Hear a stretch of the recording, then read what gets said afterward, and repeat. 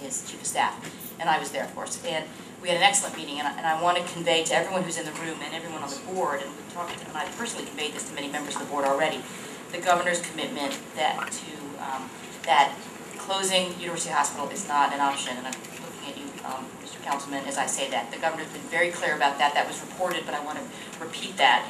And we at the department and the administration more broadly is absolutely committed to finding ways to move on from here. And if you will indulge me, I'll talk a little bit about that. You know, and I think Dr. Rogers did a very good job of setting this up, and I really want to commend all the people who spoke, many of whom I have met with in the past. We get that University Hospital is a critical safety net hospital, but even more than that is unique because of its academic mission. As an academic health center, we get that. By all accounts, it sees the highest percentage of charity care and Medicaid patients in the state. And as Dr. Rogers said, we've got more than a decade of underfunding our hospitals. And as Commissioner of Health and Senior Services, I have seen firsthand how difficult that has been, as we have seen the distress all of our hospitals are operating under. Our safety net system is very much under distress from years of historic underfunding. So unfortunately, I wish I could say to you today that I was waving a magic wand and we're fixing 10 years of historic underfunding immediately. I can't say that, but what I can tell you is that we are very committed. I think what is so terrific today was that we've seen the excellent employees who work here, the medical residents, the strength of the support in the community. We have a new leadership team here. We have a very strong board, and there is a commitment to making sure that University Hospital is financially viable going forward, because that is so essential to the overall mission of the university. Let me talk a little bit specifically, as I do want to reiterate again, closure is not an option. We have briefed Governor Corzine, and he was very clear on that point, and I think it couldn't be more clear today after we've heard from the terrific people who work and learn at the university why that mission is so important. As I mentioned, we had a terrific meeting where we went through a very similar presentation in some more detail, and we've been working on ways to address the issues, and our goals are twofold. One, to ensure that the residents of Newark have access to essential healthcare services. The second goal is to preserve and protect the university's academic mission. We have a multidisciplinary team working on this approach. Many of you know, you got calls from me late last night working on this, that it is the Department of Health and Senior Services, the Department of Human Services, the Commission on Higher Education, the Governor's Office, the Treasurer, even the Attorney General's Office. We have been struggling with the ways that we can help. I would be remiss if I did not say that, of course, the climate is very, very difficult of the state's finances. As Dr. Rogers said, as for 10 years it's been underfunding, this is a particularly difficult year to catch up, given the state's finances. And as we know, given the recession, the stress on our healthcare safety net is only worsening. By all accounts, for every 1% increase in the unemployment rate nationally, more than 1 million people lose their health insurance.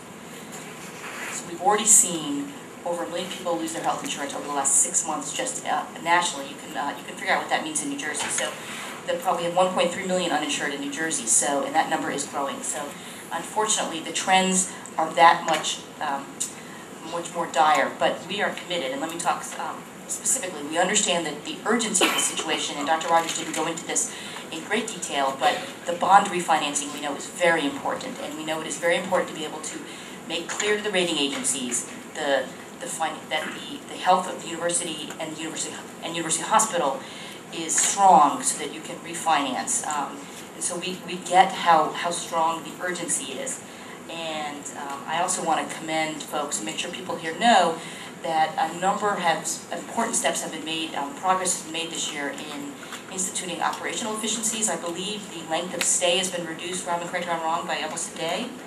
About a day just this year, which is really quite incredible. People, many people in the room who work in healthcare know how New Jersey is notorious for having high lengths of stay, and our hospitals, many of our hospitals have not been able to make the progress they have wanted to on reducing length of stay. So the progress that University Hospital has made, and I want to commend everyone in the room who has worked so hard towards that goal.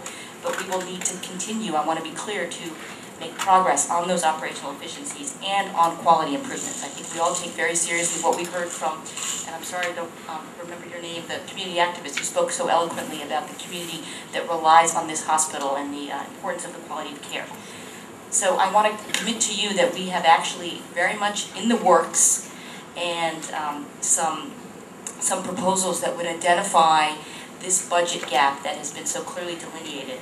And I want to talk specifically about Medicaid reimbursement rates. That there was not a slide on this, but there's not only has charity care been underfunded across the state, but Medicaid as well reimburses at well below costs. And so we have identified a way to improve our Medicaid reimbursement rates, so that we can direct what are unfortunately very limited resources towards the safety net hospitals that are serving the most vulnerable. And I want to reiterate that because the governor's been very clear as the economy has turned down that we need to make sure what limited resources we have are supporting services for the most vulnerable. So I'm here to commit today that we will be revising our Medicaid rates to value the work done at University Hospital and to increase reimbursement to University Hospital.